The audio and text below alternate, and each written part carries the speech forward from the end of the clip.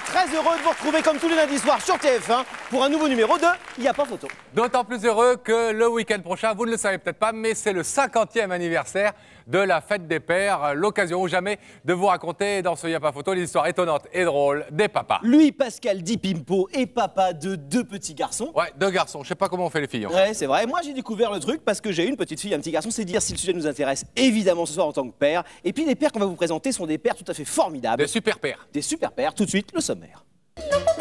Aujourd'hui, avec l'échographie, on peut voir évoluer bébé et en 3 dimensions, s'il vous plaît.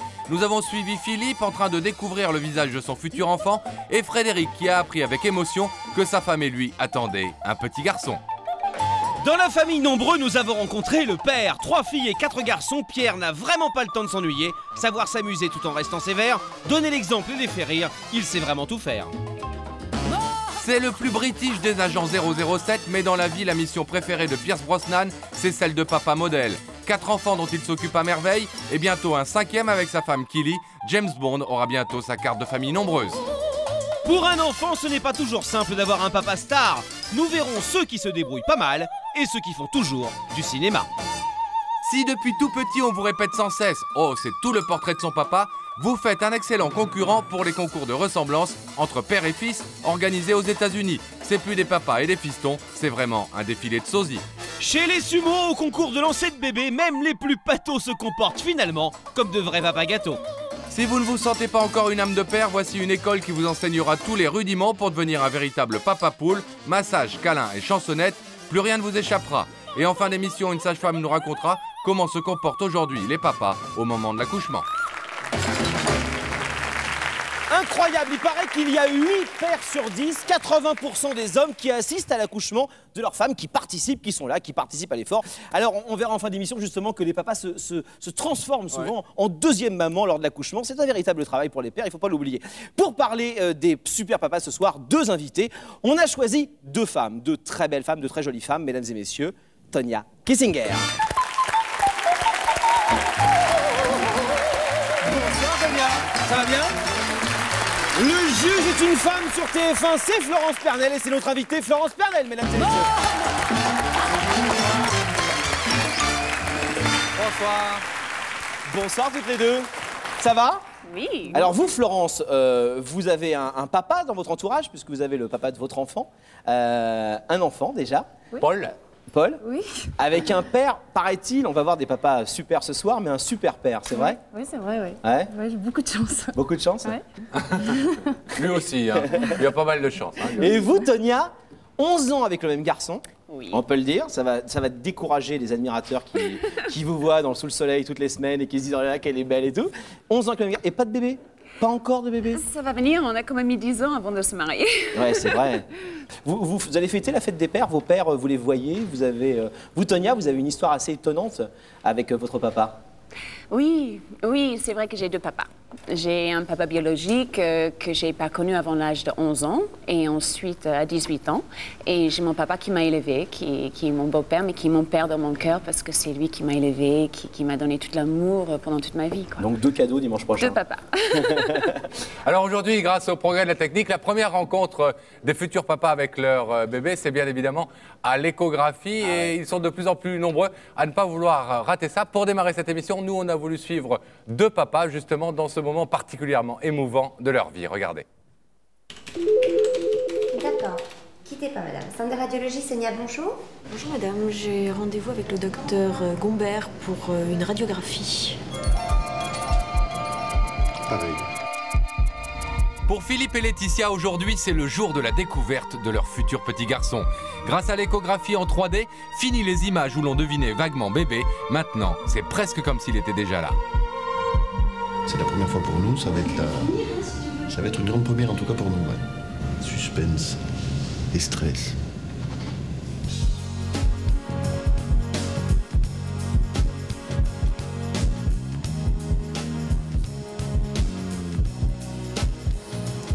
De profil trop Ils disent pas non plus, non ?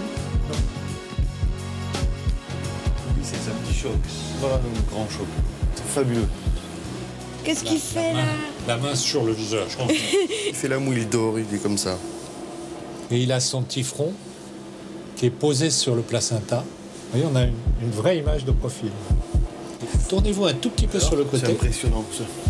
On change de dimension, c'est le cas de le dire.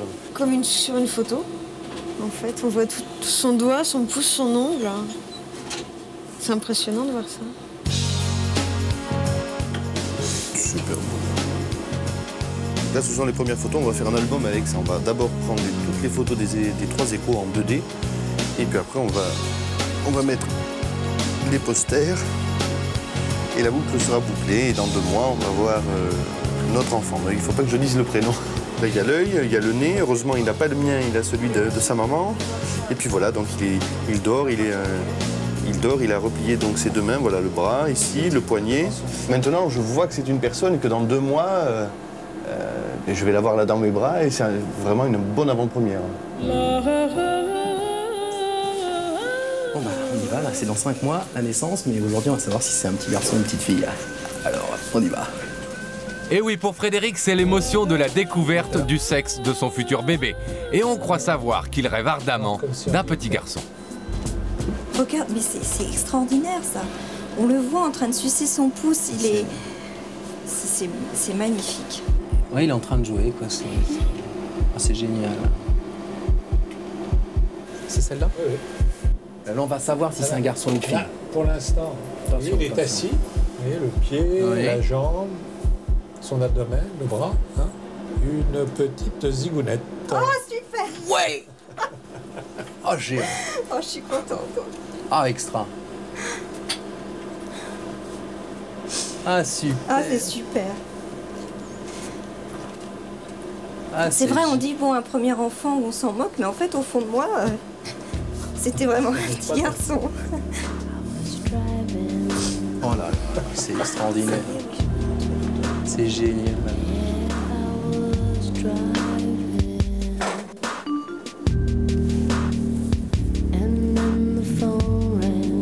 Ça fait du bien de prendre de l'air.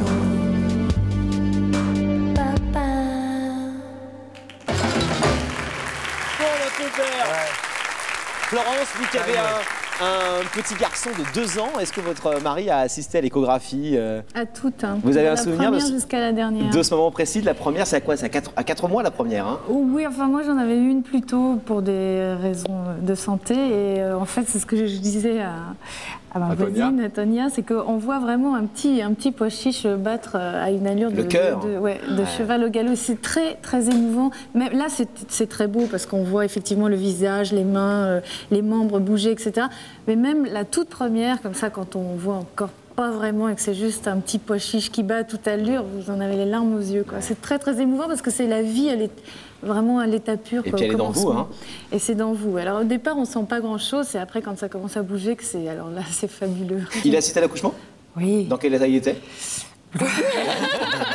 Comme moi.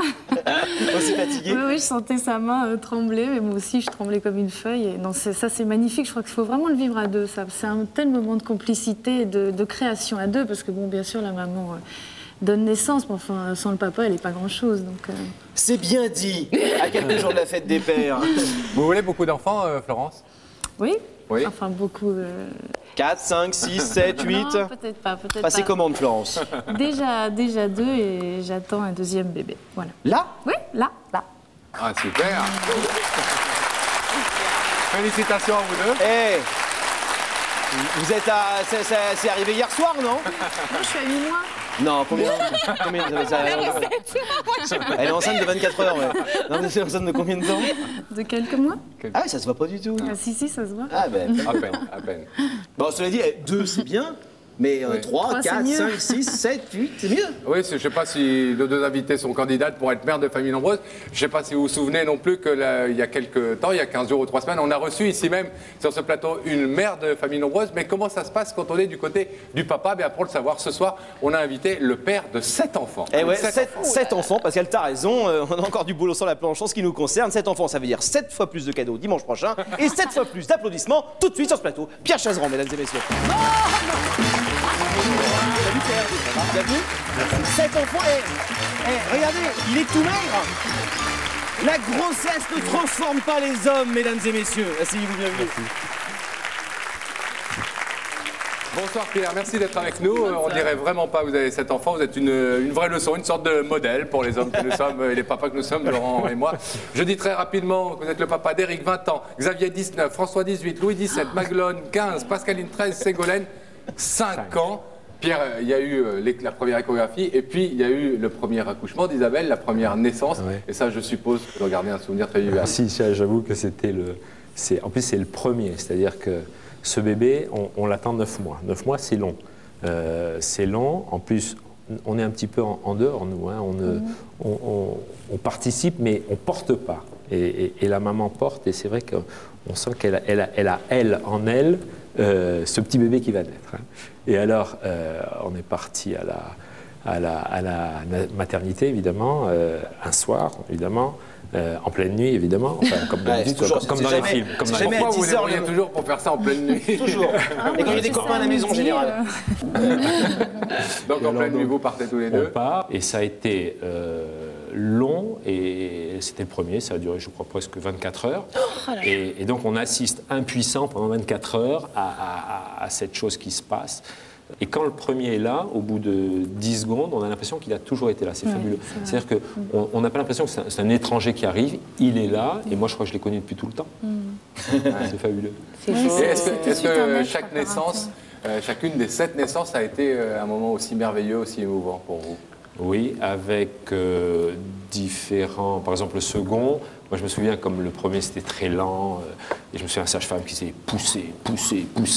Et le second, au contraire, c'était hyper rapide. Et alors moi, dans l'affolement, j'ai dit poussez. Alors à ce moment-là, la sage-femme m'a regardé et m'a dit c'est moi le chef professionnel. Poussez pas. Alors j'ai dit Isabelle, pousse pas. C'est vrai, si le médecin dit pousser et que vous dites poussez pas, c'est pour demander. En tout cas, vous vouliez participer. Absolument, et à chaque fois, on a envie d'embrasser tout le monde, quoi. Pierre, 7 enfants, vous dites à chaque fois quand même une vraie émotion. On dit souvent que c'est un des rares moments où l'homme accepte qu'on le voit pleurer. Ça a été votre cas? C'est vrai que, si vous voulez, et puis ce qui est émouvant, enfin oui, le bébé est là, mais alors, quand la maman qui ne voit rien reçoit le bébé. C'est vrai. Reçoit le bébé. On lui met sur les seins, sur elle. Et là, on sent que, on dirait, la maman a accompli ce qu'elle avait à faire, et c'est la béatitude, et c'est extraordinaire. Dans le cœur, c'est une louange, une louange à la vie, c'est c'est extraordinaire, c'est extraordinaire. Et c'est vrai que là, on est ému. Là, on est ému, et puis on se laisse aller. Vous avez pleuré, vous? Oui, c'est sûr. On aime sa femme, là. Dites donc, Pierre, on aime sa femme, mais je suis d'accord, mais quand elle fait que des garçons, sa femme. Je vois, le premier, il a 20 ans, il s'appelle Eric, c'est un garçon. Xavier, 19 ans, c'est un garçon. François, 18 ans. Louis, 17 ans. Les 4 premiers, c'est des petits mecs. Des garçons, oui, c'est ça. Et quand ils vous ont dit, c'est enfin une fille, monsieur Chazeran, vous êtes dit quoi? C'est vrai que quand ça a été une fille, Isabelle était un petit peu soucieuse de savoir ce que ça serait. Et donc, je l'ai vu le premier, je dis, c'est une fille. Alors à ce moment-là, elle a éclaté, c'est une fille. Et là, c'était un bonheur plus, quoi. Oui, un bonheur plus. Et puis pour les garçons, ça a été amusant parce qu'on l'a ramené à la maison et puis donc on leur a montré, on l'a posé et Isabelle l'a changé pour la première fois. Et alors là, il y avait les 4 garçons autour, donc 2 ans, 3 ans, 4 ans et 5 ans. Donc elle a enlevé la couche. Et à ce moment, ils ont oublié dit. quelque chose. Ils n'ont rien dit. Lutte d'ombre. Non, mais c'est vrai, ils se sont regardés entre eux. Et ils n'ont rien dit. Enfin, ils ont vu que l'autre avait vu qu'il y avait quelque chose de bizarre. Alors, on leur a expliqué. T'as de la chance, on a 4 grands-pères pour la protéger. C'est vrai. Alors, c'est une question qu'une maman ne se poserait jamais, mais que les papas peuvent se poser. Quand on a 7 enfants, est-ce qu'on arrive à donner autant d'amour et le même amour à chacun des 7? On n'est pas de la même façon avec chacun. Hein. Il y a le nerveux, il y a la douce, il y a celle qui pleure tout de suite. C'est comme les 7 nains. Oui, il y a Tchoum, Simplet, dormeur. C'est ça. Dormeur, mangeur. Et on n'a pas la même attitude avec chacun d'entre eux, c'est évident. Alors, si j'allais dire, on les aime tous autant les uns que les autres, mais... On a des rapports différents avec chacun. Ouais. Il y a celui qui est faible, il y a celui qui a besoin d'aide, il y a celui ou celle, il y a celui qui est trop péchu, qui il faut dire, bon allez, maintenant, ça suffit. Vous avez l'impression d'être un père différent, celui de 20 ans, vous avez évolué avec la société, si j'ose dire, vous êtes devenu plus cool, plus moderne, plus différent. Je me fais souvent engueuler par mes aînés parce que je ne sais pas élever les derniers. Vous êtes trop cool. Voilà, et moi je leur dis, dès que vous êtes Bonne marié, chance. j'achète je m'offre comme cadeau de mariage pour vous une chaise, je me mettrai en face de chez vous et je vous regarderai. Je regarderai. éduquer vos enfants. Comment vous débrouillez, vous? Ils vont être emmerdants, mais c'est pas possible. Parce que... Alors Pierre, nous on a eu envie de vous voir vivre en famille près d'Aix-en-Provence et on a demandé à chacun des enfants de Pierre de faire le portrait de son papa. Regardez.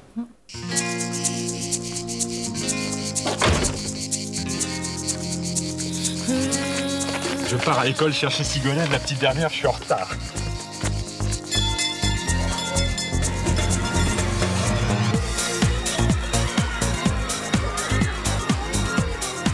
Alors Sigolène, c'est la dernière, comme on dit la fausse dernière, et c'est elle est très timide, elle a toujours les doigts dans la bouche, et c'est un don du ciel, la petite dernière.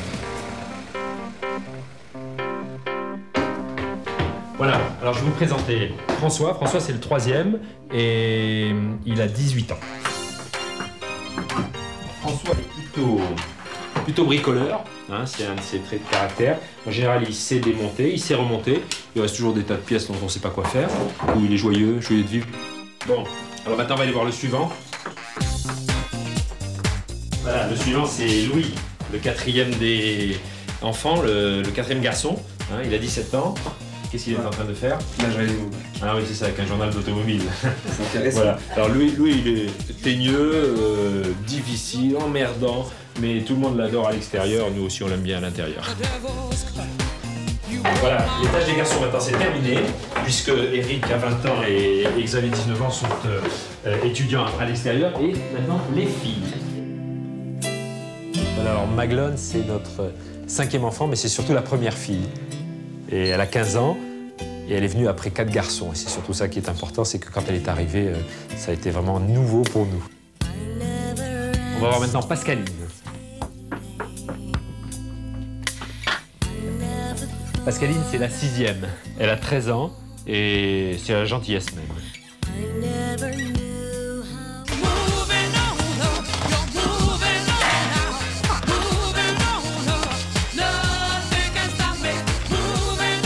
Les enfants, mettez la table.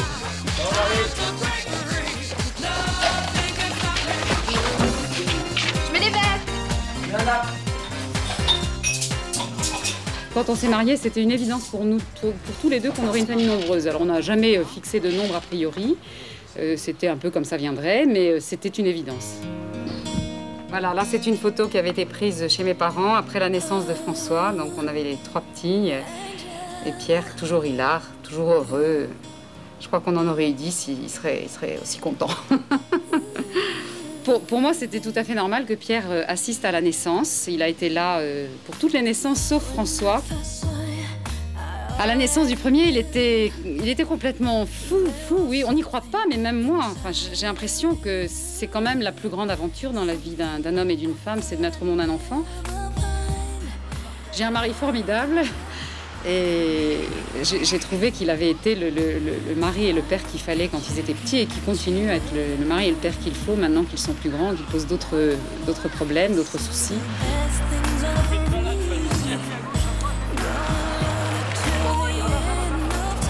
Allez, on fait la course. Un coup de vélo.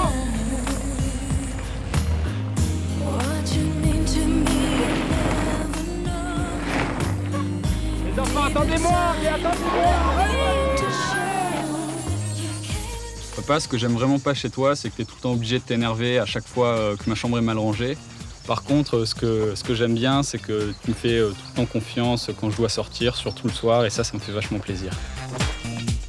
Papa, ce que je déteste, c'est quand tu me réveilles le matin. Alors ça, j'aime pas du tout. Mais par contre, je t'adore parce que t'es vraiment sympa, t'es vraiment cool. Papa, ce que j'aime pas chez toi, c'est que t'es pas assez présent à la maison et que tu travailles trop. Mais par contre, ce que j'aime bien, c'est que t'es jeune dans ta tête et que tu me comprends. Papa, ce que j'aime pas chez toi, c'est tes blagues à 3 francs. Mais par contre, ce que j'aime bien, c'est que t'es toujours là quand j'ai besoin de toi. Mon papa, c'est plus gentil de papa.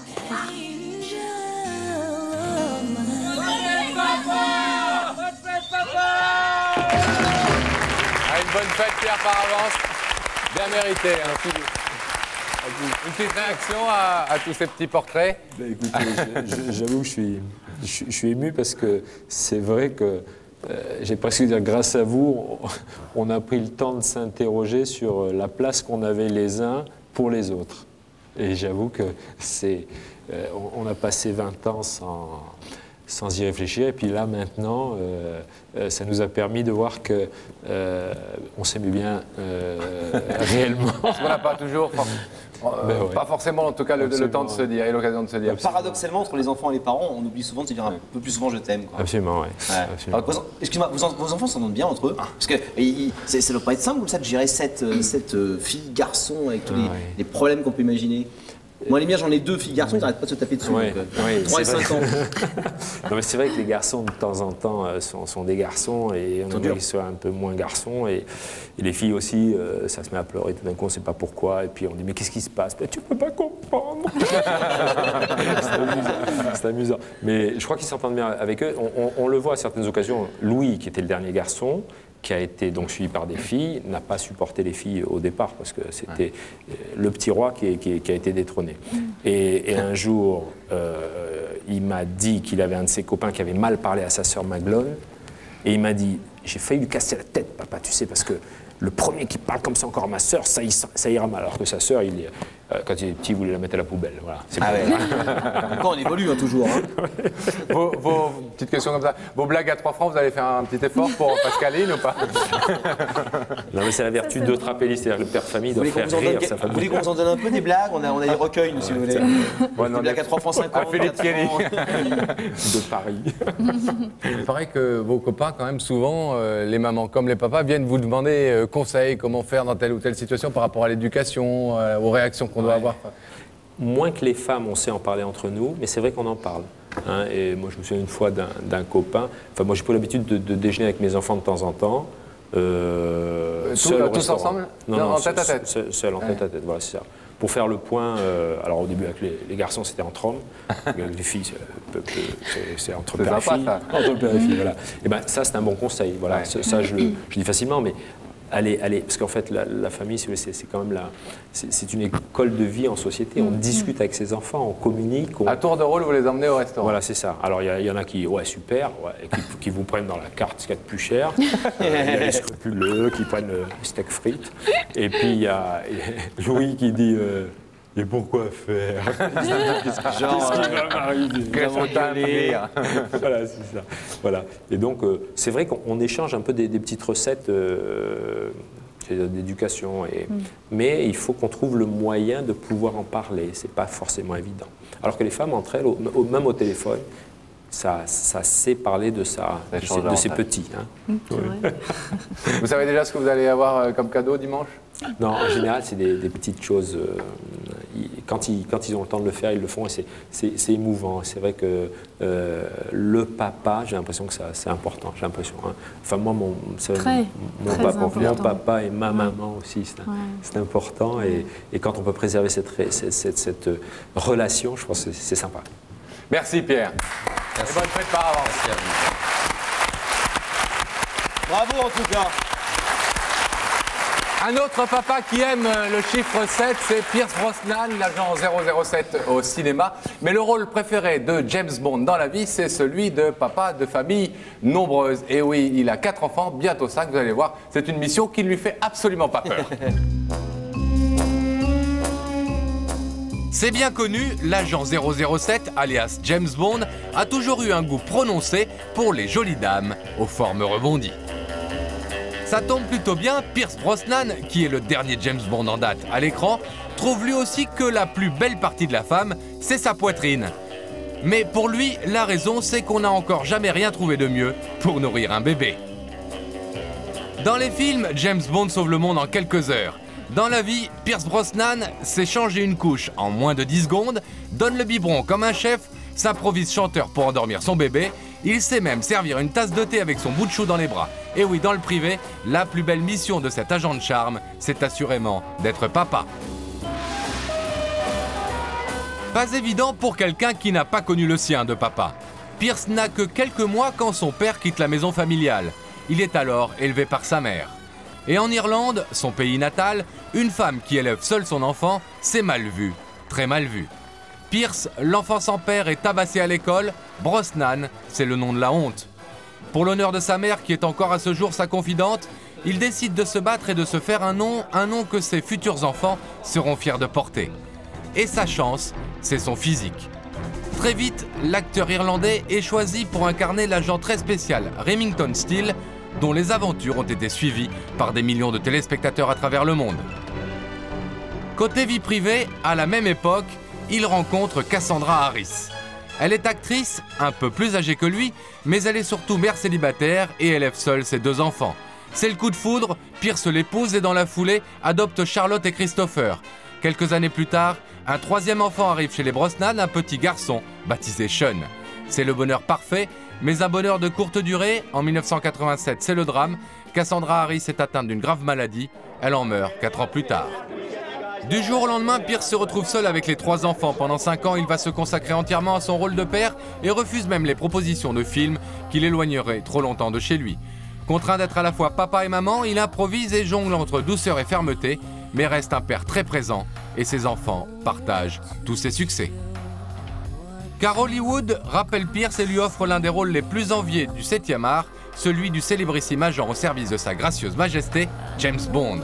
En quelques mois, Pierce devient une star, les femmes du monde entier craquent pour son physique typiquement british et bon nombre le verraient bien en père de leurs enfants. Mais déception pour ces dames, Pierce fait une rencontre qui va bouleverser sa vie. Elle s'appelle Killy, elle est journaliste et travaille dans une émission de télé consacrée au paranormal. Plutôt jolie, sa silhouette n'a rien de celle d'un top modèle. Bien au contraire, Killy est fière d'afficher ses rondeurs féminines. Quand Pierce la rencontre, il sait intuitivement que Killy va donner un nouveau départ à sa vie et de nouveaux enfants. C'est bientôt chose faite. En 1996, Pierce annonce fièrement qu'il sera à nouveau papa. Un petit Dylan Thomas né en janvier 1997, à un peu plus de 40 ans, Pierce est plus papa gâteau que jamais. Il assiste à la naissance de son petit garçon et coupe lui-même le cordon ombilical. Très à l'aise dans son rôle de père, il ne ménage pas ses efforts pour garder sa famille autour de lui. Killy et le bébé sont de tous ses voyages. Il veut avant tout donner à ses enfants une jeunesse heureuse, celle que lui-même n'a pas connue. Pierce se surprend même à rêver de cartes de famille nombreuses. C'est avec fierté qu'il voit le ventre de Killy s'arrondir de nouveau. Le 5e petit Brosnan naîtra en juillet. Et avoir le regard amoureux de Pierce, ce ne sera peut-être pas le dernier. Il va peut-être arriver jusqu'à 7. Voilà, vous saviez que Pierce Brosnan était un papa modèle? Bah non. Hein? Non. Vous avez vu 007, il est Je savais que c'était un agent modèle. Ouais, un agent modèle, mais pas un père modèle. Tonya, vous n'avez pas encore d'enfant, c'est pour bientôt ou pas? Bah j'espère. Ouais. Projet La nature nous dira. Projet? Oui. Ouais. Oui. Aux États-Unis, les papas assistent aussi beaucoup, comme ça on sait que vous êtes américaine, vous êtes depuis 88, 89 en France. Les Américains assistent beaucoup comme ça, sont très présents à l'accouchement, aux échographies. Ah oui, oui, oui. Même les petits cours avant pour apprendre à respirer. Ah, ça on le verra tout à l'heure, on a un sujet incroyable là-dessus. Les papas, ils vont très souvent avec les mamans participer à tout ça. Je pense que la seule différence que je ressens un petit peu en France par rapport à le père et la mère avec leurs enfants, c'est malheureusement, des fois, quand les parents se séparent, c'est au niveau de la garde de leurs enfants. Ouais. En Amérique, il y a une vraie, dans le système judiciaire, il y a une part égale. On considère le père aussi important que la mère. Et le père, le père peut vraiment avoir la garde des enfants s'il est apte. C'est vraiment le parent qui est le plus apte à élever les enfants qui est considéré. Tout à l'heure, on recevra justement sur ce plateau un papa qui a obtenu en France, ce qui est assez rare effectivement dans notre pays, la garde de sa petite fille, toute petite à l'époque, elle avait 1 an et demi à peine et qui s'en occupe depuis maintenant 10 ans. Ouais, dans quelques instants, Pascal, parce que pour l'instant, il n'y a pas photo, il n'y a plus. Merci d'être toujours avec nous pour la deuxième partie de cette émission, consacrée ce soir aux histoires étonnantes et drôles des papas. Toujours, et on a bien de la chance ce soir, Pascal, avec Tonya Kiesinger. Et Florence Pernel, mesdames et messieurs. Tonia, vous le savez, c'est Jessica dans la série Sous le soleil. Elle tient le bar de la plage. Ils ont bien de la chance, les clients du bar de la plage. Toute l'année, c'est le samedi à 18h. Et il faut rappeler qu'à partir du début juillet, le 3 juillet précisément, ça sera tous les soirs à 18h, Sous le soleil. Et Florence Pernel, mesdames et messieurs, on la retrouve dans Le Juge est une femme sur TF1. Ça aussi, c'est une série récurrente. Le 28 juin, une comédie familiale dans laquelle vous jouez qui s'appelle La vache et le président. Et quand on lit le scénario, on n'a pas encore vu le film. Donc c'est très étonnant. C'est charmant, je trouve. Ouais. C'est une famille qui va demander c'est un petit garçon. C'est un petit garçon et son papa, ça tombe bien pour la fête des pères, parce que c'est un petit garçon qui vit sans maman et qui va demander la grâce présidentielle pour une vache. Une vache, oui, qui est en fait son lien affectif avec le monde. Et elle appartient à un troupeau qui est déclaré vache folle. Voilà. On verra quelques images tout à l'heure, c'est un film de Philippe Muil, c'est à partir du 28 juin. En tout cas, on est très très heureux de vous avoir toutes les deux sur le plateau ce soir. Merci d'être avec nous. Un petit mot pour vous dire que d'ores et déjà, vous pouvez jouer au nouveau grand jeu de TF1, Qui veut devenir millionnaire. Moi Oui, tout le monde veut devenir millionnaire. Pour jouer à ce jeu qui sera très bientôt diffusé sur notre chaîne, il suffit de composer le numéro qui s'inscrit en ce moment même sur votre écran. On va revenir au papa, Laurent, et notamment à ces papas stars qui doivent parfois une fière chandelle à leurs enfants qui les ont aidés à relancer leur carrière. Quand tu parles de fierté, on pense tout de suite à Sophie Talman parce que je crois savoir, et je suis même sûr que son papa est très fier d'elle. Sophie Talman, mesdames et messieurs.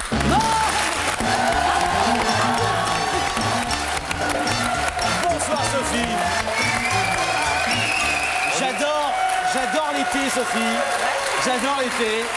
Parce que les filles sont de plus en plus comme vous et que c'est formidable pour nous les garçons. On dirait Sherazade.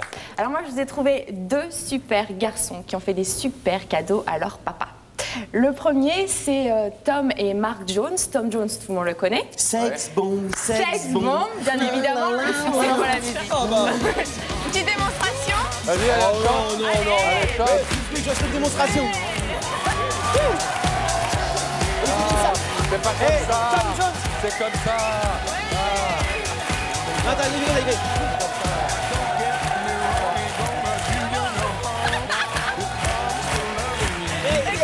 Pas mal le déhanchement. Vous savez que Tom Jones a été le premier, paraît-il, à mettre, je vais dire ça pour les filles, à mettre sur scène dans les années 60 des coquilles. Non. Il avait des pantalons tellement moulants. C'est vrai qu'il aime les pantalons moulants. Pour avoir un gros zizi, quoi. Vous vous rendez compte ça? Déjà, c'était une sex bombe. C'est le tube de l'année du siècle. C'est le tube de l'année. Et Tom Jones, ce qui est extraordinaire, c'est qu'à 16 ans, il s'est marié. À 17 ans, il a été papa. Donc, il a eu le petit Marc. C'était son premier fan, en fait. En 86, malheureusement, son manager décède. Ah, pas cool. Pas cool, sauf que le petit Marc est là et qu'il est très bon musicien. Donc Tom demande à son fils d'être son manager. C'est lui qui va être à l'origine de la nouvelle image de son père qu'on connaît actuellement. C'est lui qui a eu l'idée de reprendre des succès à la mode et de le faire interpréter avec les artistes en ce moment, comme les Olsen et Robin Williams et compagnie. Vous voulez dire que le sex bomb qu'on entend, c'est son fils qui en a été le promoteur? C'est son fils qui en a été le promoteur. C'est lui qui a relancé son père au niveau planétaire. Alors il y en a un deuxième qui a fait un super cadeau à son papa, c'est David Hallyday. Puisque Johnny Hallyday lui a demandé de composer 2 musiques pour son album, l'album que maintenant tout le monde connaît qui s'appelle 100%, mais au départ il lui avait demandé d'écrire juste 2 musiques. Et puis il faut dire qu'il a été super motivé et qu'il aime son papa plus que tout. Et il a composé carrément tout l'album, 100%, toutes les musiques. C'est un véritable succès. C'est les cartons énormes. Plus grosses ventes de disques de Johnny depuis qu'il fait des disques. Il n'y a jamais un disque qui a marché autant que celui que son fils a écrit. C'est génial. En 40 ans de carrière, c'est quand même la plus belle chose. C'est-à-dire qu'en 40 ans de carrière, c'est l'album de son fils qui a cartonné 1,5 million d'albums vendus en 6 mois. C'est quand même un très très beau cadeau. Il est très proche de son père. Ouais, exactement. Donc il me reste plus qu'une chose après avoir dit tout ça, c'est de trouver un super cadeau à mon papa. Je réfléchis très fort. Salut Sophie. Et soyez inspirés pour dimanche. Comment il s'appelle votre père, son prénom? Alain. Alain, c'est pas un cadeau d'avoir une fille comme ça déjà. Il va pas dire ça. Franchement. Je suis ton cadeau, papa. Ouais, voilà, c'est déjà bien. On dit souvent tel père, tel fils, et bien c'est vrai, c'est même parfois tellement vrai, la ressemblance est tellement frappante qu'il y a des pères et des fils qui participent à des concours de sosie. Comme chaque année aux États-Unis, ils sont venus, ils sont tous là, les fistons et les papas, pour arracher le titre du tandem père-fils le plus ressemblant. Pour les papas, c'est la reconnaissance de la puissance de leurs gènes qui ont permis à leur petit homme d'être exactement calqué sur le modèle du grand. Et pour les rejetons, il s'agit de montrer qu'on est le digne successeur de son bien-aimé géniteur.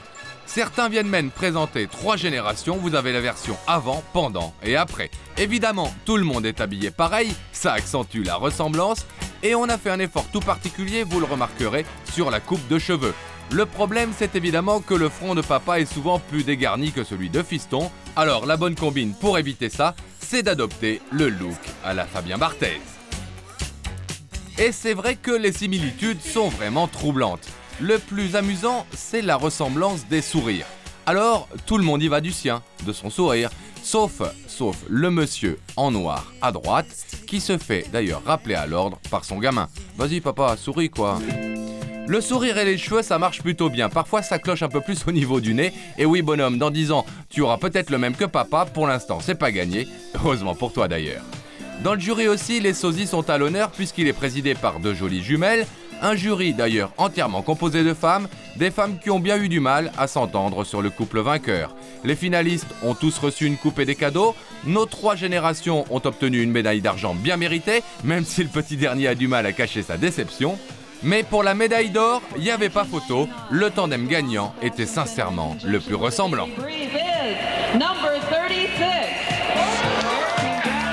Et oui, Mario le père aurait facilement pu passer pour le grand frère de son fils Eduardo, à moins que ce ne soit à l'inverse. En tout cas, vous connaissez le dicton, avant d'épouser la fille, regarde la mère, tu verras comment elle deviendra. Et bien voilà la preuve que ça marche aussi pour les garçons et leur papa.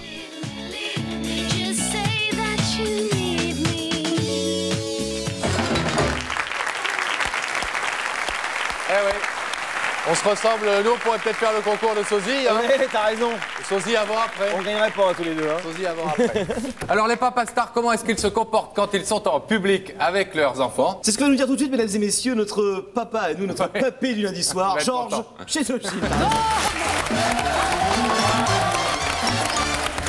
Salut Georges. Hello George. Oh, ça va? Ça va? Ouais. Alors les papas stars. Lorsque les stars se présentent devant les journalistes avec leurs enfants, la vraie question c'est restent-ils des stars ou redeviennent-ils ou sont-ils des papas? Et au fond, c'est un fantastique moment pour savoir s'ils jouent ou ils jouent pas. D'abord, je vous présente un homme que nous aimons tous beaucoup. Vous allez le retrouver tout de suite, c'est Robin Williams. Ah ouais. Regardez-le. Ah ouais. Regardez comment le petit garçon tient son papa. Quand un petit garçon tient son papa comme ça, c'est que fondamentalement, il a une relation avec lui excessivement forte. Et regardez, il débloque là, il fait semblant d'être drôle, mais il va pas quitter ses enfants du regard et il va s'occuper d'eux. Et regardez, le petit enfant est complètement calé sur lui et il le tient par le bras très fort. Alors, c'est vrai que le petit garçon a peur un peu, mais au fond, ce qui est important pour lui, il est en relation profonde avec son père et ça démontre bien que vraiment cet homme-là, c'est d'abord ses enfants qui comptent. Hein. Et regardez une autre scène assez étonnante. Ouais. Il est avec ses 2 enfants, un petit garçon et une petite fille. C'est le père que tous les gosses rêveraient d'avoir quand même. Ouais. Hein. Regardez bien, regardez comment cet homme prend les mains de ses enfants et regardez bien ce qu'il est en train de faire. Il lâche une main tout en regardant le public, il reprend la main de son enfant et il continue à parler avec le public. Vous voyez, là, c'est un geste extraordinaire de vérité. Il fait semblant de s'occuper du public, mais il a été rechercher 2 fois la main de son enfant. Moi, je dis, il aime son enfant. Et je l'ai montré dans une autre série parce que c'est assez rare de trouver une vedette qui fait ça. Vous voyez, il va aller chercher ses enfants pour aller faire tout un truc drôle. Et vous voyez, regardez comment il prend ses enfants, il les amène comme pour une ronde. Et regardez, il va faire en sorte que les enfants soient stars avec lui. Et le petit enfant fait la grimace comme le père. C'est-à-dire qu'il y a une communion, une relation avec les deux qui montre, en fait, si vous voulez, que cet enfant, bien évidemment, le père est d'abord un père. Et retiens-moi si je me trompe, je crois qu'il s'est marié, Robin Williams, avec la babysitter de ses gosses. Ouais. Alors c'est ce qu'on dit. Ça c'est ce qu'on dit, oui. Voilà, c'est les aimés. Non, mais c'est vrai. Non, mais c'est quelque chose aussi, je pense. C'est pas un hasard, quoi, non?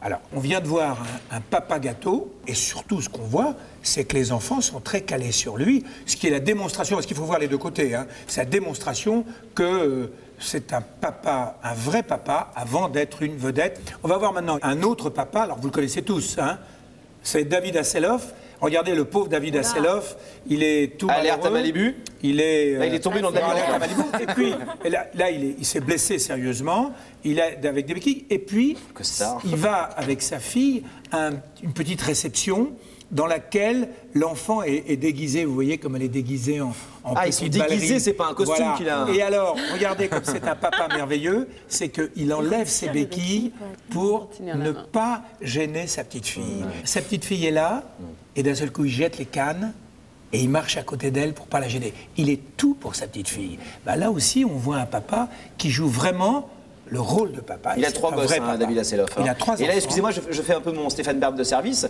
et je connais de la vie de tout le monde, mais je crois que lui, il a eu des graves crises de boisson dans l'air, et il a rencontré sa femme et qui lui a collé ses 3 gosses, et je crois que c'est le bonheur de sa vie, que ça a révolutionné pas mal de choses. C'est aussi pour ça que c'est un père merveilleux. C'est en tout cas un père merveilleux, et il le montre. Alors là, maintenant, on en a un autre, qui est un monstre du cinéma. Et alors, maintenant, Nicholson va recevoir un prix.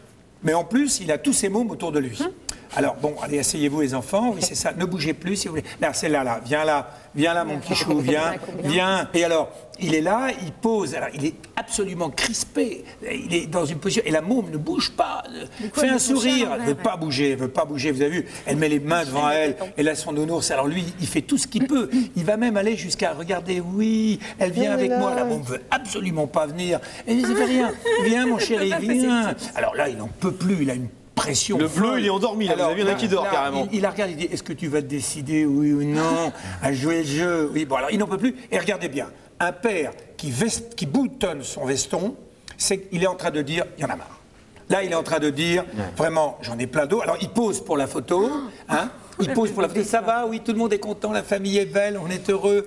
Bon, allez, viens, mon chéri, viens, toi aussi, viens, mon coco. Parce qu'il veut tous les amener dans la photo. Et puis, d'un seul coup, il redevient la vedette.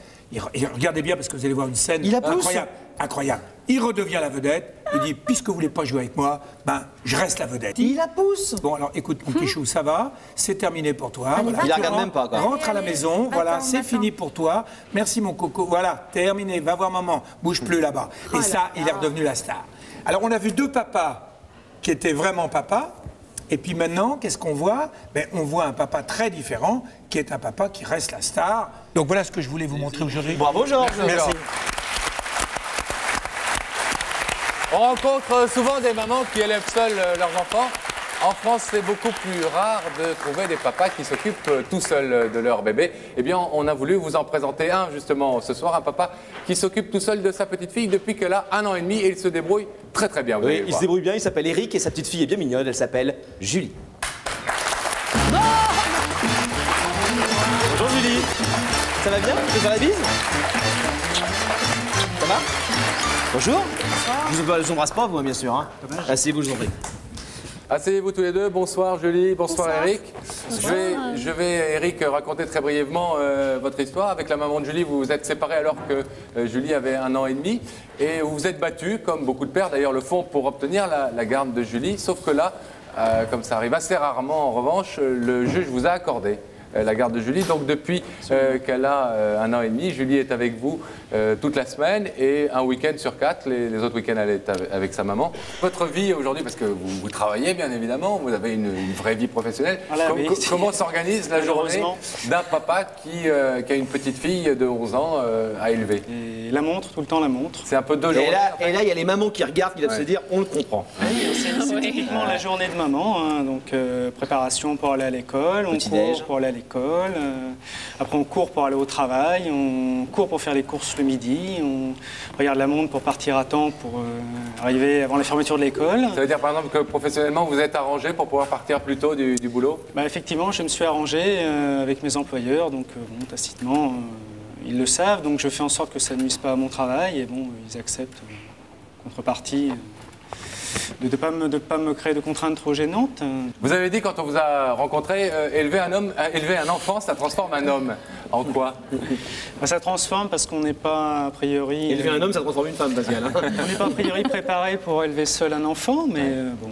Donc il faut devenir un petit peu maman, un petit peu papa, un petit peu gentil, un petit peu sévère, un petit peu tout. C'est le cumul qui transforme. Julie, si parmi les 3 qualificatifs que je vais donner, lequel caractérise le mieux ton papa? Sévère, complice ou hyper cool?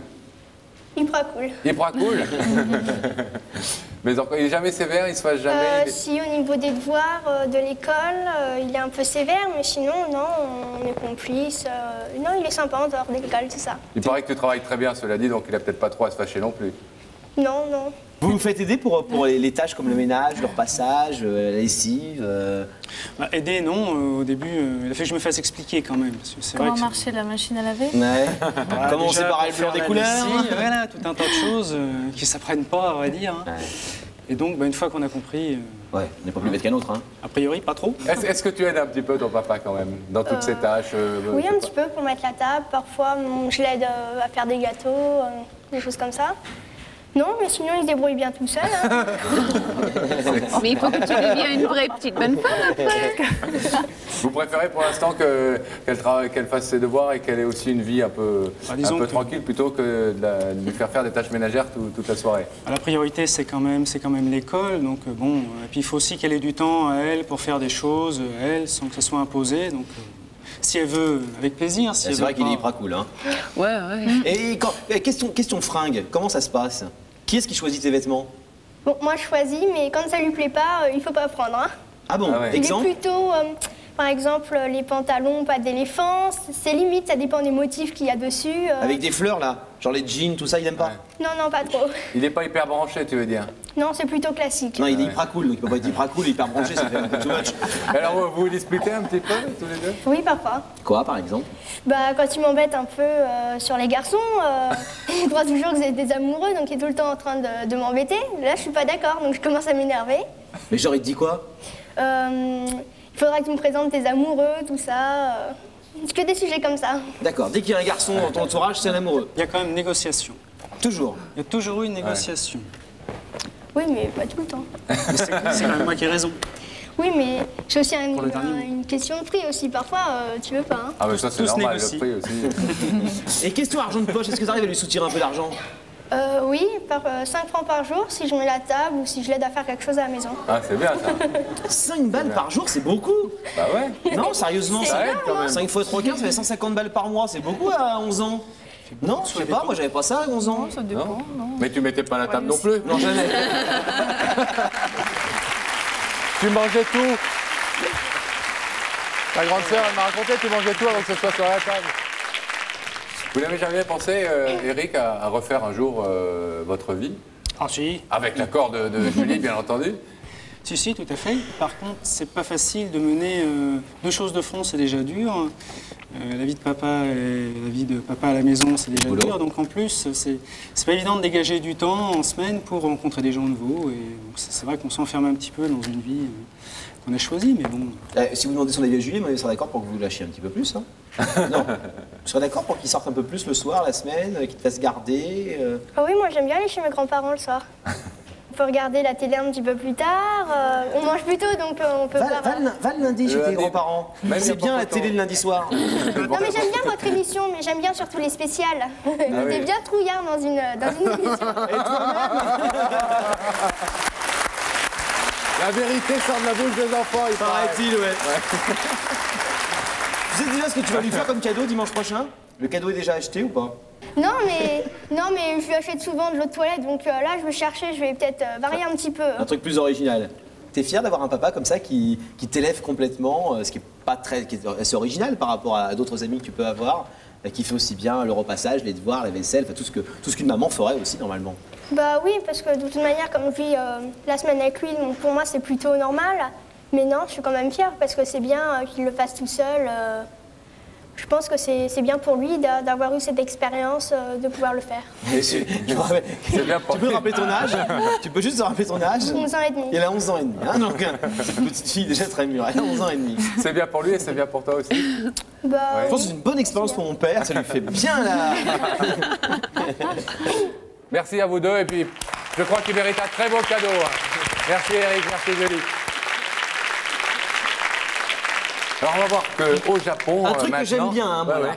il y a des drôles de papa poules, ce sont les sumos. Et oui, ces grosses brutes, figurez-vous qu'elles peuvent être pleines de tendresse. Et pour nous en parler, une grosse brute pleine de tendresse, mesdames et messieurs, Philippe Kelly.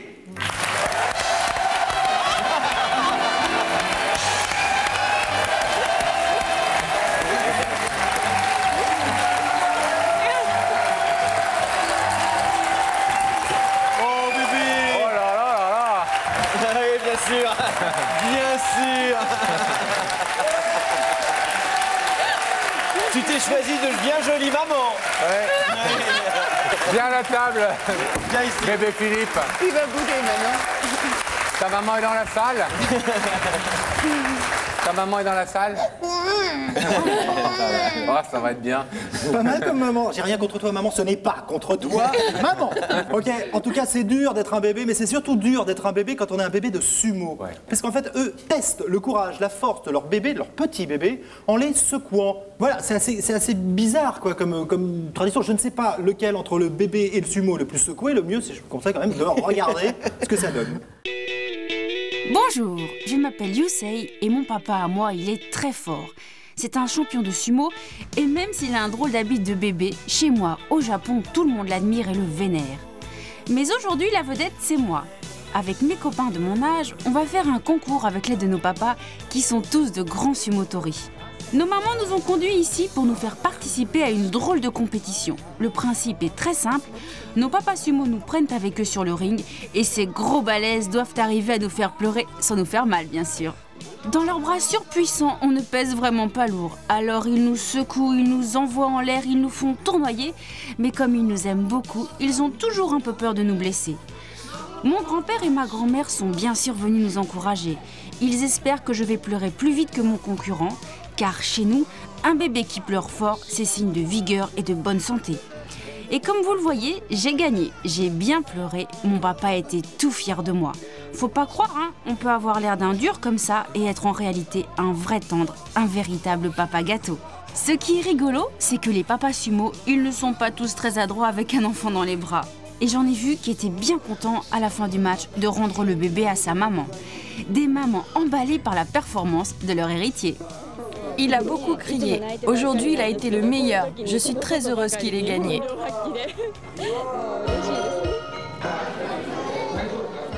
Dans mon pays, les concours de papa sumo avec leur bébé rencontrent un énorme succès. Toute la famille vient applaudir son représentant et les mamans sont toujours très émues. L'autre week-end, c'est ma petite cousine Takira qui a participé à une compétition dans les bras de son papa, lui aussi un grand champion de sumo. Et vous vous en doutez, elle aussi, elle a gagné. Et oui, on est comme ça dans la famille, des vrais champions en herbe. On fait la fierté de nos parents. Ma tante était aux anges.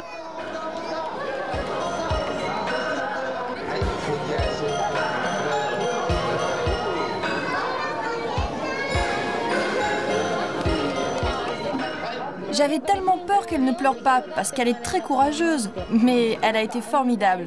Elle grandira bien et elle sera pleine de vie. Et voilà, peut-être qu'un jour je marcherai sur les traces de mon cousin Kentaro. Lui, depuis qu'il est tout petit, il veut devenir un grand sumo. Alors il s'est inscrit dans une école et il mange beaucoup pour grossir comme ses idoles et faire le poids dans les combats. Et il s'entraîne très dur, Kentaro, c'est mon modèle. Enfin, pas autant que mon papa, parce que lui, c'est vraiment un héros.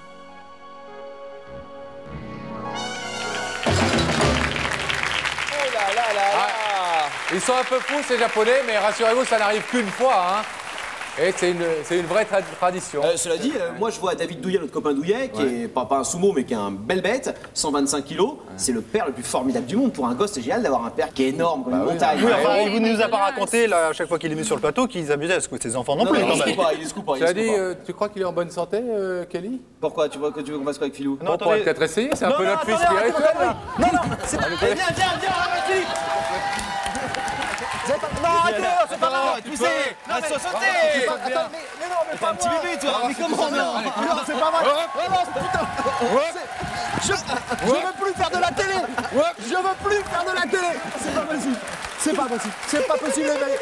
Vous êtes totalement tarés. C'est un métier de fou. Je veux plus faire ce job avec eux. Je veux plus. Ils me font peur. Ça va pas ou quoi? On va vous réconforter. Un petit câlin des mamans. Un petit câlin des mamans. On vous offre le côté maternel. Je me sens complètement bouleversé. Vous en avez une petite? Non, elle est énorme, mais je vais pas la raconter tout de suite, surtout pour parler des papas. Cela dit, je veux quand même vous dire une chose, c'est que j'ai trouvé... Respirez par le nez. Allez-y, Philou. Est-ce que le cadreur peut cadrer un peu plus proche de Philippe, un peu plus serré sur son visage? Est-ce que vous ne trouvez pas que Philippe ressemble un peu... Vous faites des fèches-nose de temps en temps, des fêtes bretonnes, c'est des crêpes et tout. On dirait une vieille bretonne. Vous savez chanter la fèche-nose ou pas? Ouais.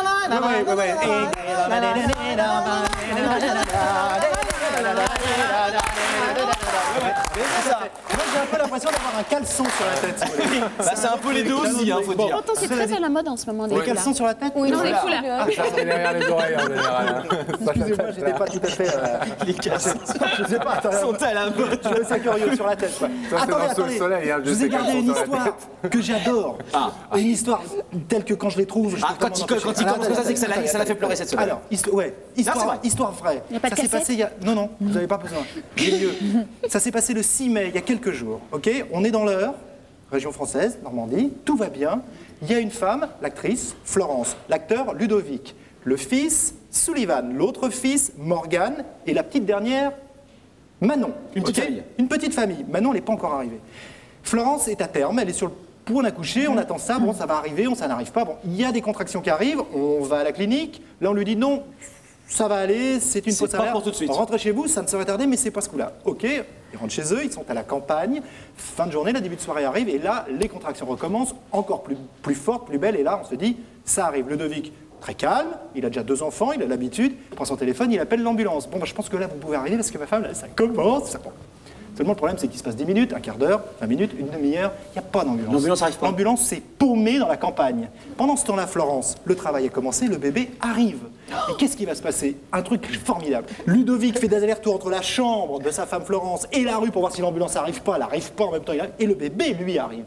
Et le bébé arrive avec l'aide du petit Sullivan qui a 6 ans, qui va s'improviser en aide sage-femme, qui va apporter les serviettes, qui va aider son papa, sous les bons conseils de la maman Florence. Et avec ce trio merveilleux est née la petite Manon, 3,5 kg, c'était le 7 mai dernier dans l'Eure. Et pour couronner tout ça, j'ai une petite surprise pour vous, ils sont là ce soir. Là, c'est lui le petit truc jaune là. Bravo Sullivan. C'est quand même belle surprise. Belle histoire. Vous avez fait venir comme ça? Bah oui, parce que quand j'ai vu l'histoire, quand même, je me suis dit la moindre des choses, c'est je vais appeler dans l'Eure, machin, etc. Et puis je trouve que c'est quand même un bel hommage à la rendre, parce que ce sont vraiment des héros modernes. Ludovic, les enfants, et Florence, il ne faut pas oublier Florence, à qui on souhaite la forme, la santé, ce petit bout de chou de Manon. Et vous les avez vus dans l'Eure? C'est amusant. Je voudrais juste terminer ma petite rubrique avec une petite pensée pour ma fille, à qui j'ai dit l'autre jour, ma chérie, le plus beau cadeau que tu peux me faire pour la fête des papas, c'est de ramener un beau carnet. Elle m'a répondu, oh zut papa, je t'ai déjà acheté une cravate. Ah, dommage. Merci Philippe.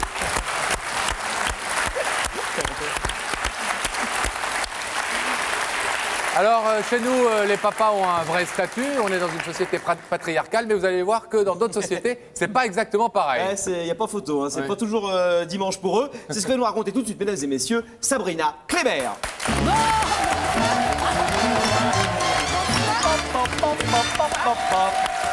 Salut Sabrina. Ça va? Ouais, très bien, merci. Pêche? Oui, j'ai la pêche. Bientôt les vacances? C'est bientôt les vacances, ça. Bientôt photo de vacances? Et bientôt photo de vacances. À partir du 3 juillet avec Sophie Talman et Philippe Kelly, j'en ai pas parlé tout à l'heure, tiens. C'est l'émission que vous présenterez tous les trois. On vous laissera les clés du lundi soir avec Pascal. Mais c'est vous qui la présenterez, on sera très très heureux de vous voir à l'œuvre en tout cas. Ah bah écoute, vous allez voir, en plus, exactement. En plus, il y aura beaucoup de rigolade, de bonne humeur, des invités super. Ouais. Génial. Alors Sabrina, les papas, ça veut pas dire exactement la même chose dans tous les pays en fait, c'est ça? Non, en fait, comme vous le savez, les garçons, érudits comme vous êtes, en Europe, dans la société moderne, dont la France, on est issu du régime patriarcal. Ouais. C'est-à-dire qu'ici, c'est papa qui domine. Les enfants, le chef de famille. Voilà, le chef de famille, les enfants prennent le nom de papa. Enfin bon, bref, tout part du père. On est d'accord? Ouais. Et pour nous, c'est pas une mauvaise chose. Et pour vous, ouais. Mais justement, en parlant de ça, Un peu fatigant parfois. dans le monde, il existe d'autres régimes, dont le régime matriarcal. Ouais. C'est-à-dire, par exemple, dans le nord-est de l'Inde, chez les Kazis, alors les Kazis, c'est une tribu, et ben le papa, accrochez-vous les garçons, ça va faire plaisir aux filles, n'existe pas, mais alors pas du tout. Comment ça Il n'existe pas dans la société. Il n'y a pas de garçon chez eux. C'est maman qui est le pivot de la famille. Oui. C'est-à-dire que l'homme n'a même pas le droit à l'héritage. Et oui, là-bas, seules les filles, les femmes ont droit à l'héritage.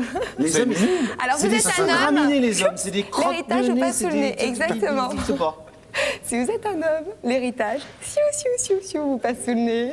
Mais enfin, je vous rassure quand même en vous disant qu'une fois marié, vous avez le droit d'aller vivre sous le toit de madame. Ah bah mais oui, les maisons appartiennent aux femmes. Mais oui. Et puis vous êtes quand même reconnus là-bas, vous êtes quand même considérés, mais comme de simples reproducteurs. Ah ouais, c'est ça. Ouais. Et non. Allez, épouvantable. Ça fait marrer parce que ça Vous change. en venez, non Vous en venez de cette société J'ai un coup d'œil, ouais. Et, On est juste pour là pour faire des bébés. Vous êtes là pour faire des enfants, pour faire les courses, etc. Oui, quand même. Quand même. Oui, il y a du boulot, il y a du boulot. Oui, il y a des On est occupations. serviteurs en plus. Voilà. Et, Oh, cela dit, moi, j'ai une serviteur de vous, Sabrina. Rappelez-nous, c'est où Je veux ça bien. Ça, c'est au nord-est de l'Inde, Tu me feras chez les penser à pas y aller en Kazis. vacances. Hein. Ouais, ouais, t'inquiète pas. Attendez, j'ai Ils trouvé garderont pas, toi tu sais pas faire la cuisine, ça rien foutre de toute façon. C'est vrai. J'ai une Les question filles, elles pour- voudront jamais de toi. Les gens en France, elles en Ouais. veulent pas. Et en reproducteur, j'assure. Hein. En reproducteur, j'assure, monsieur. Moi. J'ai une question pour vous, les garçons. Oui. Pourquoi, d'après vous, le régime matriarcal existe? Il y a une logique à tout ça. Bonne Allez, question. on réfléchit, on fait travailler ce ménage. Pourquoi les femmes sont si puissantes on ou pourquoi trouve les une hommes ne valent rien? Parce que les femmes sont plus sensées, plus raisonnables, plus intelligentes, les premiers plus courageuses. Plus... Mais c'était pas les premiers régimes de la civilisation, les régimes matriarcaux? Si, mais c'est resté encore dans les pays. Et après, c'est dans parce les que tribus l'homme comme- étant plus fort physiquement, il a pris le. Il a mis les trompes à la femme tout de suite, quoi. Oui, c'est c'est à peu près non, ça. c'est tout simplement parce qu'en fait, on n'est jamais sûr de la paternité là-bas. Alors ici, on a l'ADN. Hein. On est sûr que la mère, c'est la mère. Par définition, on voit le bébé sortir. Mais le père va savoir. Oui, puisqu'il y a plein de religions qui se passent par la mer. Ah ouais, c'est pas con. Enfin, moi, j'en profite quand même pour souhaiter une bonne fête des pères à mon papa. Ah, bravo, Sabrina. Ah bah alors. On va revenir chez nous où les papas, en tout cas, sont de plus en plus impliqués et 8 sur 10 aujourd'hui assistent à l'accouchement. On va voir même maintenant que d'une certaine façon, ils accouchent aussi, les papas. Maintenant? Oui. Tu vois pas ce qu'on nous fait, regarde comme signe? Là, maintenant, non, il n'y a pas photo, c'est là-haut. La pub. Après, on va voir ça. Mais pas tout de suite. J'espère que vous êtes toujours présents avec nous. On est très heureux d'être avec vous, en tout cas pour notre part. Nous parlons des pères ce soir, à quelques jours de la fête des pères, toujours avec la très belle Tonya Kissinger, mesdames et messieurs. Aussi belle, aussi talentueuse, Florence Pernel. Florence, dont on verra tout à l'heure quelques images du nouveau film dans lequel elle joue, qui s'appelle La Vache et le Président. Ça sort le 28 juin. C'est un film de Philippe Muil, un film très poétique où un petit garçon essaye de sauver une vache qui est atteinte de vache folle et qu'on va tuer en allant demander carrément Elle n'est pas atteinte de vache. Elle n'est pas atteinte en fait. Elle fait partie d'un troupeau. Elle fait partie d'un troupeau, donc qui a suspicion. Alors, un petit mot pour vous dire que vous pouvez d'ores et déjà jouer au nouveau grand jeu de TF1 qui veut gagner des millions. Un jeu qui sera diffusé très prochainement sur la chaîne. Et pour cela, vous téléphonez tout de suite au numéro qui s'inscrit en ce moment même sur votre écran. On va revenir au papa, Laurent.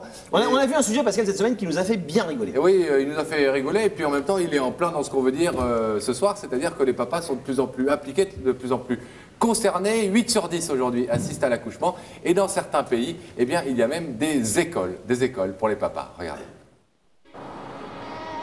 Ah, devenir père, quelle émotion, quelle joie, mais quelle angoisse aussi. Comment faire comprendre en effet à ces petits bouts de chou de quelques kilos que papa n'est pas là uniquement pour imposer sa grosse voix et son autorité. Alors, pour que les papas soient considérés enfin par leur bébé comme de véritables secondes mamans, on leur a ouvert des classes un petit peu spéciales. C'est le cas par exemple à la maternité de Philadelphie aux États-Unis. Ici, David Carpenter, un psychologue spécialisé dans les relations homme-bébé, offre aux nouveaux pères, dès la naissance de leur enfant, de véritables cours pour devenir de vrais papapoules et pour laisser maman souffler une fois à la maison.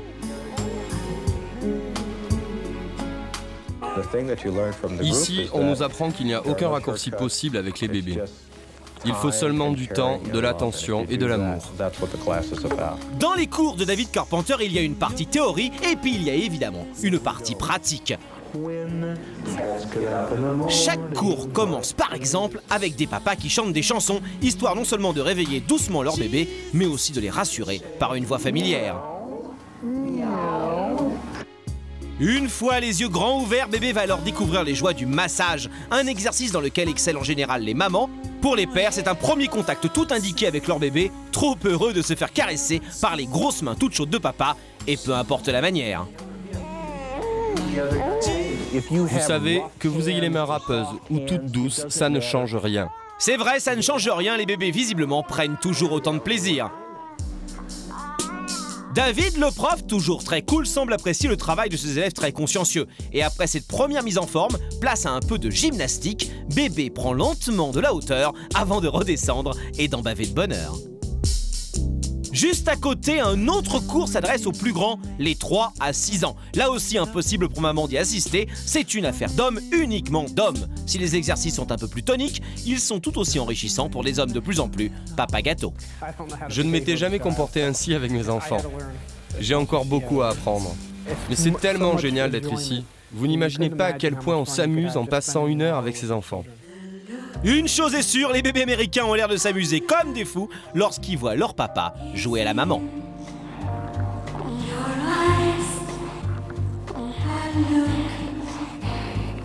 C'est bon, il n'y a pas à dire. Alors, il paraît que les papas accouchent maintenant de plus en plus en même temps que les mamans. C'est un véritable accouchement pour nous les hommes. Pour en parler, on a décidé avec Pascal d'inviter une sage-femme. Elle s'appelle Catherine Lefebvre. Ça fait combien de temps que vous assistez à des accouchements? Ça fait 26 ans de ce mois-ci. 26 ans que vous voyez sortir des bébés? Oui. Et vous voyez des papas pleurer, être drôles, être bizarres, tomber dans les pommes, etc. etc. Tout. Donc vous avez plein de trucs à nous dire. Plein de trucs, des choses. Bienvenue, des choses. Bienvenue. Merci. Bonsoir Catherine. Bonsoir. 26 ans de ce merveilleux, l'un des plus beaux métiers du monde, sage-femme. Hein. Et l'un des plus anciens. Et l'un des plus anciens aussi. On disait tout à l'heure, 80%, la plupart des papas aujourd'hui essaient et veulent assister à l'accouchement. Est-ce que ça représente une évolution notable par rapport à ce que vous voyez il y a 15 ans ou il y a 20 ans? Une grosse évolution, parce que moi j'ai connu le moment où le papa n'était pas admis dans les salles de naissance. On ne le faisait rentrer que une fois que le bébé était né, bien sûr. Et puis après... Avec la cigarette d'or, là, comme dans les films. Hein. Absolument, exactement. Tourner en rond. Oui, tout à fait. Ça fait 26 ans que vous voyez les pères de plus en plus présents. Est-ce que vous arrivez à définir des sortes de portraits robots des différents pères qui assistent à l'accouchement? Est-ce qu'il y a vraiment une typologie? Alors, il va y avoir le père complètement angoissé. Alors, angoissé, on va lui donner de quoi s'habiller parce que les salles d'accouchement sont quand même des salles aseptisées, bon, gentiment, mais aseptisées quand même. Donc on va lui donner une surblouse et des surchaussures. Alors là, il va nous mettre la surblouse à l'envers, forcément. Ça, c'est évident. C'est le truc qui fait qu'on se met des schtroumpfs, là, tout bleu. Voilà, tout à fait. On les déguise en schtroumpfs. Heureusement que nos femmes ne nous voient pas vraiment. Hein. Elles vous voient, vous inquiétez pas. Elle m'a raconté, elle t'a vu. Hein. Ah, c'est mal elle s'en souvient encore. Bon, donc il y a le papa angoissé, il y a le papa... Alors il y a eu, je me souviens d'un papa pompier qui amène sa femme, très sûr de lui, puisqu'il avait fait ça toute sa vie. Et vous inquiétez pas, pas de problème, le sang, c'est mon truc. Les grands événements, c'est mon truc. Et alors, ce papa donc, amène sa femme, on sort le matériel pour poser la péridurale, et alors là, boum, arcade sourcilière, etc. Donc, on a mis le papa sur un chariot, on est allé le recoudre, et pendant ce temps-là, sa femme demandait à corps et à cri la péridurale. Est-ce qu'il y en a qui sont, par exemple, je sais pas, très pros, qui ont tout lu avant, qui savent tout, qui à la limite vous donnent des conseils? Alors maintenant, oui, il y a des papas qui posent des questions très pointues. Y aura-t-il une épisiotomie, des choses comme ça? Mais moi, j'étais comme ça, moi, je posais plein de questions. Moi, je disais, est-ce qu'il va pas, il se peut pas étouffer? Et quand est-ce qu'on mange? Il y a... Ouais. Ah non, ça non. Non, mais bouffé avant. Non, mais le Le soir où ma femme a accouché du deuxième enfant, il était chez moi, il dînait. Donc j'étais super énervé qu'on doit partir à l'hôpital. Alors que j'avais préparé un super dîner. Non mais par exemple, on pose des questions. La tête elle sort en premier, puis après ça se resserre autour du cou. Non, alors ça, non. Bah, si moi j'ai pensé qu'il allait peut-être étouffer Oui, mon mais bébé. à mon avis, vous n'étiez pas très pro. Je ne veux pas dire, mais c'est pas terrible. T'avais lu, mais t'avais sauté les pages. Il y a des types qui sont complètement euphoriques, qui partent dans tous les sens. Alors, complètement euphorique. Alors, j'ai eu l'année dernière une femme qui a accouché pendant Roland Garros. Ah oui. Alors, celle-ci, donc, était vraiment sur le point de pousser. Là, on en était aux efforts de pousser, puisqu'on en parlera tout à l'heure, on apprend à pousser. Et le mari dit, écoute, attends 2 minutes, il y a la balle de match, attends pour pousser. Non. Ah si, je vous assure. Oh non. Ah ouais. Ah, si tu pouvais attendre. Bon, enfin, c'était dit sur un ton humoristique, mais malgré tout, si elle pouvait attendre la balle de match pour pousser, ce serait mieux. Il aurait bien voulu voir les deux choses à la fois. Enfin, tant qu'à faire. Donc ça, c'est le type un peu quand même, je m'en foutiste quand même, hein, qui pense à la balle de match de Roland Garros. Quand même, la naissance de son bébé, c'est quand même le truc le plus important de votre vie, a priori. Je pense. Est-ce qu'il y a ceux qui... Moi, j'adore, il y a toujours ceux qui filment tout, et après, ils montent le film pendant 10 ans à tout le monde. Dès que tu vas chez eux, c'est à la cassette. Et maintenant, on va voir l'accouchement de ma femme. Oh, super. Et après, on passera à table. Oh. Ah oui, il y a celui qui filme tout. J'en ai eu un qui a tellement tout filmé. Qu'arrivé à la naissance du bébé, il n'y avait plus de batterie. De A à Z. Est-ce que vous en voyez qui vivent vraiment le truc tellement qu'ils peut-être ils ont mal eux-mêmes et ils souffrent vraiment avec leur femme? Justement, il y a ceux qui respirent avec leur femme, qui poussent avec leur femme, donc qui soutiennent la tête, qui sont complètement là, qui ne bougeraient pas. Et pour un empire, quoi, qui ne quittent pas la salle, tant pis si ça doit durer 12 heures, ça durera 12 heures. C'est pas grave. Bébé, ça. Généralement, ils font quoi? Ils donnent la main? Ils sont comment? Ils savent trop quoi faire, ils vous demandent des conseils, est-ce que je dois me mettre? Il y a celui qui est loin, il y a celui qui je ne vous gêne pas, il y a celui qui est complètement attentionné, qui a le brumisateur à la main, qui brumise donc le visage de sa femme dans la bouche un petit peu, parce que vous savez qu'une femme qui accouche n'a pas le droit de boire, pour des raisons de sécurité. Quel papa qui vous a le plus ému? Le papa qui m'a le plus ému, c'est un papa connu, bien sûr. Non, pas forcément. Mais si vous avez un papa connu, dites-le nous, mais... Alors, c'est David Hallyday. Ah ouais. Vous l'avez accouché? C'est vous qui avez sa femme? Je ne l'ai pas accouché, mais j'étais là. Ouais. Et c'est un papa qui assure à 100% du début jusqu'à la fin. À 100%, ça tombe bien. C'est-à-dire? C'est d'abord un papa qui a été tout le temps dans la salle d'accouchement. Ensuite, c'est un papa qui a la... C'est Estelle Hallyday qui accouche. Moi aussi, je suis sûr. Salle d'accouchement, si c'est Estelle Hallyday qui accouche. Vous me dites la chambre où elle est, j'y vais. Je tiens la main toute la nuit, moi, si je veux. Mais non, je vous le dirai pas, parce que je peux pas, je suis tenue par le secret. Non, c'est une blague. Le jour d'accouchement, toutes les mamans ressemblent à Estelle Hallyday. Wow. Ça, c'est joli. Allez-y, Catherine. Vous êtes là, vous êtes charmant. Donc, à la toilette, alors après, moi je l'ai vu pendant le séjour donc, de son épouse, et la toilette du bébé, c'était lui le plus présent, il se contorsionnait dans tous les sens. Est-ce que le grand-père venait? Le grand-père, je ne l'ai pas vu, mais par contre, j'ai vu la maman. La maman de David Hallyday, qui est une grand-mère exceptionnelle aussi. Formidable. C'est l'hiver formidable. Formidable. Mais David, ouais, super papa. Est-ce que vous avez, une question très personnelle que je vais vous poser, mais est-ce que vous sentez l'amour entre les gens ou moins d'amour à ce moment-là précis? Complètement. Ils sont très très proches. C'est très tendre, hein. C'est fabuleux. Enfin, les papas de maintenant, il y a une grosse différence entre les papas d'avant. Peut-être par une certaine pudeur, une certaine éducation aussi. Hein. Mais les papas de maintenant, ça se donne des couples fantastiques. Pour vous, à la limite, il y a 2 sources d'émotion. La naissance du bébé, bien entendu. Oui. Mais aussi avant de voir comment certains couples sont extrêmement unis et fusionnels en ce moment-là. C'est fantastique. C'est un bonheur renouvelé à chaque fois. Vous avez vécu Je ça, ne suis pas blasée. Vous avez vécu ça, Florence, comme un moment particulièrement fusionnel avec Oui, très très fort. Ouais. Ce que je disais tout à l'heure, je trouve que c'est un plus dans le couple et c'est vrai que le moment où vous allez accoucher, vous êtes vraiment deux, quoi. C'est vrai, bien sûr, il y a tout le travail qu'on fournit, mais moi, j'étais en tous les cas tellement accompagnée que j'avais vraiment l'impression que on était deux. Et quand vous êtes 3. Oui, et quand il est arrivé, on est 3, quoi. Ça forme tout de suite une famille, mais c'est vrai que c'est un plus, quoi. Magnifique, c'est une complicité extraordinaire. Quel conseil vous donneriez au futur père, Catherine? Alors, le futur papa, je dirais que... Là, s'il y a quelqu'un qui doit accoucher demain ou après-demain. Vous, par exemple. Non, mais oui, mais un vrai. Enfin, un vrai. Moi, quand femme sont enceintes, elle ne me l'a pas dit. Mais... D'abord, je vous dirais de ne pas venir l'estomac vide ou le ventre vide, mais ça serait un jeu de mots. Oui, j'aime bien ce conseil, moi. Oui. L'estomac vide, parce que d'abord, il ne va pas être bien. Oui, c'est vrai. Voilà. Ensuite, je lui dirais... Et pour tout, hein. Pour tout. Après, je lui dirais la respiration, il y a 2 sortes de respiration. Il y a la respiration du départ où on fait une respiration lente, profonde. que je peux vous montrer et que vous allez me faire. On va vous voir un petit peu à l'œuvre. Allez-y. Ben oui. Ah ben écoutez, demain vous êtes futur papa. Ah, j'ai jamais fait la respiration, moi. J'ai jamais respiré. Vous devriez. Ouais. Alors, c'est comment la respiration? Toi, Sabrina.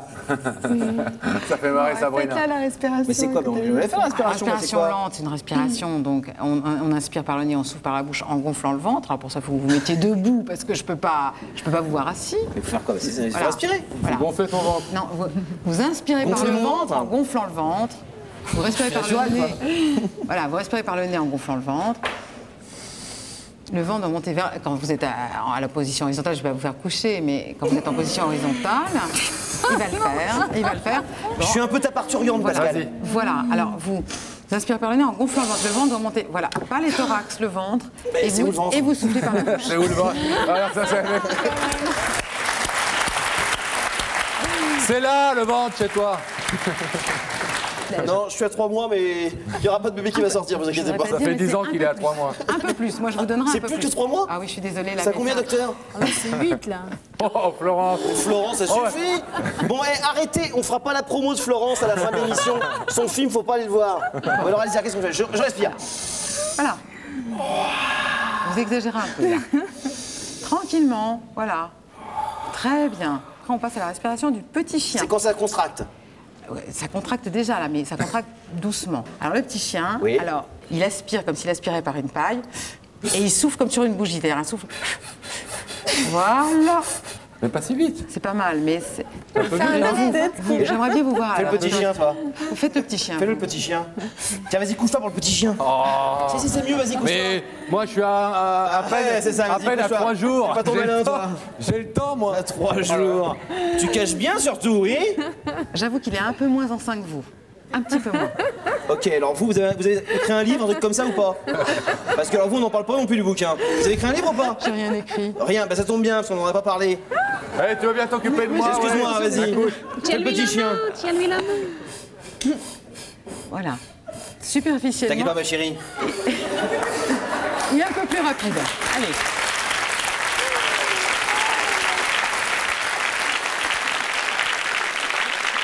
Donc là, c'est bien. Là. En fait, je pense qu'il y en a un qui est mûr, qui est parfait pour la respiration lente. C'est Laurent. Ah, il est parfait. Et moi pour le petit chien. Le petit chien, vous êtes d'accord, super. nous deux, on peut aider notre femme à voilà, coucher. il faut que vous soyez à 2. D'accord. Je ne suis pas sûr que ça lui plaise, hein, mais bon. Merci, Catherine. Tonia, vous avez été gentil avec moi, donc vous avez le droit à votre promo, c'est normal. Sous le soleil, c'est tous les samedis en ce moment. Et à partir du mois de juillet, le 3 juillet, ce sera tous les soirs sur TF1 à 18h. Oui. C'est le 150e épisode que vous faites. Non, là, nous, on est déjà en train de tourner vers le 200. 200. Mais 150 diffusés, c'est ça? Donc c'est une série qui marche très fort et depuis très longtemps. Ben, on vous souhaite plein de bonheur là-bas. Et soyez un peu moins chippy dans la série, soyez un peu plus comme dans la vie. On vous aime bien comme ça. Florence Pernel, vous avez fait notre invité ce soir. Le 28 juin, allez, je suis magnanime, je serai gentil, je ferai quand même la promo. Je vais me montrer quelques images du film dont on parle depuis tout à l'heure, La Vache et le Président, sorti le 28 juin. C'est un film de Philippe Muil, une très belle histoire entre un petit garçon. C'est le dernier film produit par Alain Poiré. Et c'est le dernier film produit par le regretté Alain Poiré. On regarde tout de suite quelques images. On voudrait voir le président de la République. Monsieur le Président! Monsieur le Président! Donc, vous sollicitez de la présidence de la République le droit de grâce pour une vache. C'est ma vache, à moi. Maïva! Laissez-la! Comment faire pour sauver Maïva? Allez! J'ai pas de copain, j'ai pas de frère, pas de sœur. Maïva! Même pas de maman. Maïva, c'était ma seule amie. Je suis jamais allé à Paris. Jamais? Eh ben, on va aller voir le président de la République. C'est toi qui décides, hein? Regarde-moi, c'est quoi ce bestial? Elle a pas de mamie, c'est pas une C'est un pitbull, ouais. T'es ouf, T'en es de maths, là? T'as vu ta chiffon, c'est toi, quel mat? Ah, mais qu'est-ce qu'elle fait là, celle-là? C'est quelque chose de très important. Hyper important. Si Maëva est abattue maintenant, c'est un véritable drame pour lui. Et après tout, de quoi est-il question? D'une vache? D'une simple vache? Sarah? Mais avec notre tête, on peut rêver.